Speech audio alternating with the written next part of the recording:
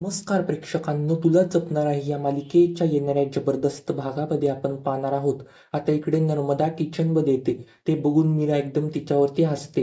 तेवढ्यात नर्मदा म्हणते, माझ्यावर काही एक हसू नको. तुझा नवरा तिकडे काय करतोय ते बघ. त्याला चहा लागतोय, त्याला चहा आणून दे तू. तेवढ्यात मीरा पण बोलते, बरं ठीक आहे, मी चहा बनवून त्यांच्या खोलीत घेऊन जाते. तेवढ्यात नर्मदा पण बोलते, काय त्यांच्या खोलीत घेऊन जाते? त्यांच्या खोलीत नाही, ते ना मायाच्या खोलीत, ते अथर्व मायाच्या खोलीमध्ये बसलाय. तो तिच्याबरोबर आहे, तिकडे तिकडे त्याला चहा नेऊन दे. तेवढ्यात मीरा पण बोलते, पण अथर्व साहेब ते मायाच्या खोलीमध्ये काय करताय बरं? तिथे काय त्यांचं काम?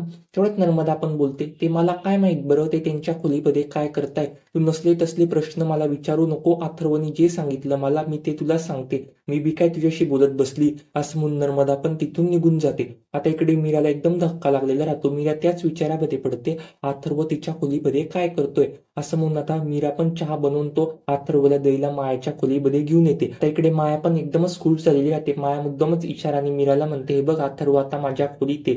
अथर्व बरोबर मी काय करते पुढे ते बघच. असे अथर्वचे कान भरवते ना मी, की तो तुला स्वतःहून घराच्या बाहेर हाकलून देईल. असं माया बोलू लागत असते इशाऱ्याने मीरा पुढे. आता इकडे मीरा म्हणते, हे घ्या साहेब, तुम्हाला चहा पाहिजे होता ना, मी तुमच्यासाठी चहा घेऊन आलीये.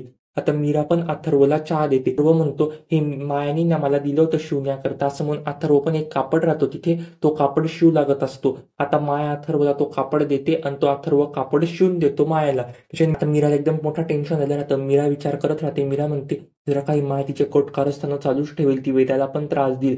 विचारामध्ये मीरा पडलेली राहते. तिच्या मीराला प्रचंड असं टेन्शन आलेलं राहतं. तुम्हाला काय वाटतं या मालिकेबद्दल ते कमेंट करून सांगायला विसरू नका. आणि तुला जपणारी मालिकेच्या अपडेटसाठी आपल्या चॅनेलला सबस्क्राईब करा. धन्यवाद.